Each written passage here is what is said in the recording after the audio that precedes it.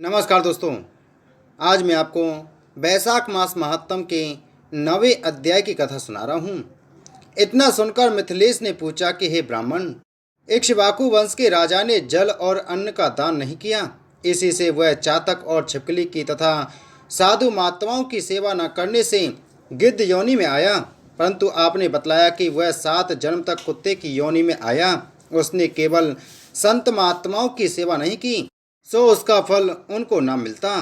उसने किसी को कष्ट भी नहीं दिया, सो बिना कारण ही उसको कुत्ते की योनि क्यों मिली? इसका मुझको संशय है। कृपा करके आप मेरी शंका का समाधान करिए। राजा के ऐसे प्रश्न सुनकर माँ यशस्वी श्रुतिदेव ने कहा, तुम धन्य हो राजन, जो तुमने ऐसा धार्मिक प्रश्न किया। सो मैं अब तुम्हारे संशय का समाधान करता हूँ।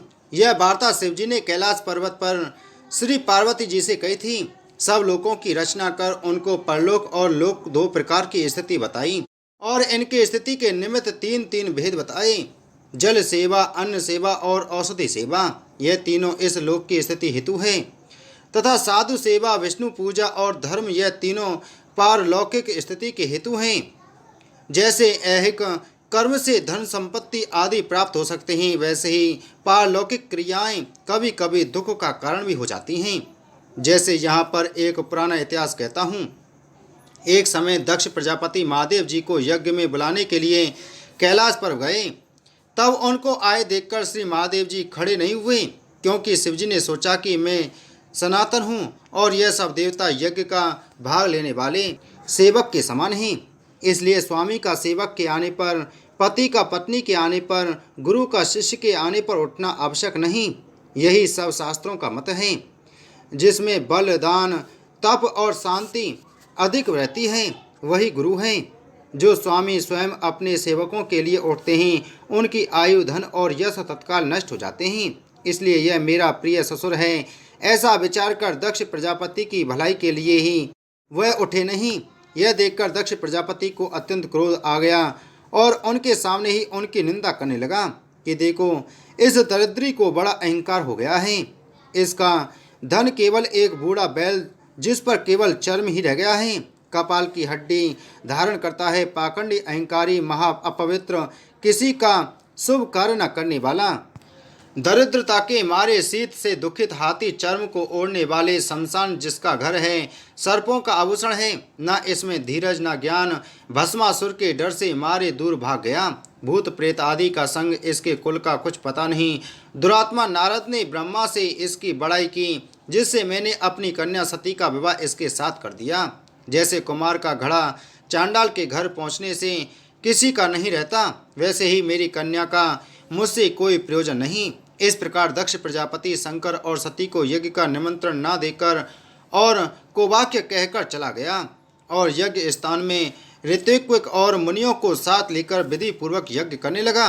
इस यज्ञ में ब्रह्मा और विष्णु भी नहीं आए, परंतु सिद्ध, चारण, गंधर्व, यक्ष, राक्षस, किन्नर और सब देवता यज्ञ में आए। सती को यह लालसा उत्पन्न हुई कि किसी प्रकार यज्ञ का उत्सव देखूं और अपने संबंधियों से मिलूं। महादेव जी के रोकने पर भी वह न मानी और जाने का निश्चय कर लिया। शिव जी ने कहा कि हे भद्र, दक्ष सदैव सभा में बैठकर मेरी निंदा करता है, वह तुमसे सहन न हो सकेगी और तुम अवश्य अपना शरीर त्याग दोगी। अतएव तुम अपने पिता के घर मत जाओ, इसमें कल्याण नहीं है। इस प्रकार समझाने पर भी सती न मानी और चुपचाप चल दी। तब पीछे जाकर नंदी ने उनको अपनी पीठ पर बिठा लिया और कितने ही भूत प्रेतादिक उनके संग हो गए। जब वह अपने महल में पहुंची तो किसी ने भी उसके साथ कोई बात नहीं की। तब शिवजी की बात याद करके वह यज्ञशाला में गई। वहां पर सभा के लोग सती से कुछ न बोले। सती चुपचाप वहां पर खड़ी रही और रुद्र की आहुति तक पिता की चेष्टा देखती रही। जब दक्ष ने रुद्र की आहुति नहीं दी तो सती ने क्रोध युक्त होकर कहा कि जो बड़ों का अपमान करते हैं उनका कल्याण नहीं होता। तुमने सारे जगत के रचयिता अविनाशी रुद्र को आहुति नहीं दी। यहाँ जितने ऋषि मुनि महात्मा एकत्रित हुए हैं, इन्होंने तुमको सुबुद्धि नहीं दी। ऐसा प्रतीत होता है कि विधाता तुम्हारे साथ इनके भी प्रतिकूल हैं। जब सती यह वचन कह रही थी तो पूषा देवता मुंह फाड़कर हंसने लगे और कर्महीन भृगु, दाढ़ी और मूंछ फड़फड़ाने लगे। दक्ष निंदा करने लगा। यह सब बातें सुनकर सती को अत्यंत क्रोध आ गया और वह पति की निंदा सुनकर प्रायश्चित के रूप में सबके देखते देखते हवन कुंड में कूद पड़ी। सती के गिरते ही हाहाकार मच गया। शिवजी के गण भागकर शिवजी के पास गए और सारी कथा सुनाई। महादेव ने काल रूप हो क्रोध से अपनी जटा उखाड़कर पृथ्वी में दे मारी, जिससे बड़ा बलवान महाकाय वीरभद्र उत्पन्न हुआ। तब शिवजी ने उसको आज्ञा दी कि मेरे निंदक दक्ष का नाश कर दो, जिसके कारण सती को शरीर त्यागना पड़ा। महादेव जी की आज्ञा पाकर सहस्त्र भुजाओं वाला और यमराज के सदृश वह वीरभद्र यज्ञशाला में पहुंचा और देवता असुर मनुष्य आदि जो भी यज्ञ में उपस्थित थे सबको मारने लगा और भृगु की दाढ़ी मूछ उखाड़ दिए। जिसने जो अंग फड़काया था वीरभद्र ने उसका वही अंग उखाड़कर फेंक दिया। दक्ष का सिर काटने लगा, किंतु शुक्राचार्य मंत्र बल से उसकी रक्षा कर रहे थे, इसलिए नहीं काट सका। तब रुद्र ने स्वयं उसका सिर काट डाला।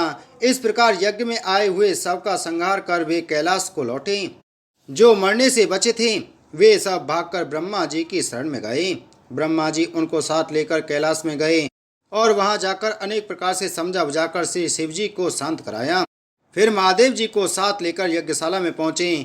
यज्ञ में जो मारे गए थे उनको जीवन का दान दिया और महादेव जी ने दक्ष के धड़ पर बकरे का सिर रख दिया, जिससे आज तक उनके उपासक दक्ष को उनकी प्रसन्नता के लिए बम बम बम करते हैं। भृगु जी के मुख पर बकरे की दाढ़ी लगा दी, पूंछा के दांत नहीं लगाए। उनसे कह दिया गया कि वह पीस कर खा लिया करेगा। इस प्रकार सबको अंग सहित किया गया और दक्ष पूर्वतः यज्ञ करने लगा। यज्ञ संपूर्ण होने पर सब देवता अपने अपने स्थान को चले गए। वैशाख मास महत्तम 9वां अध्याय संपूर्ण। बोलो वैशाख मास महत्तम की जय। बोलो विष्णु भगवान की जय।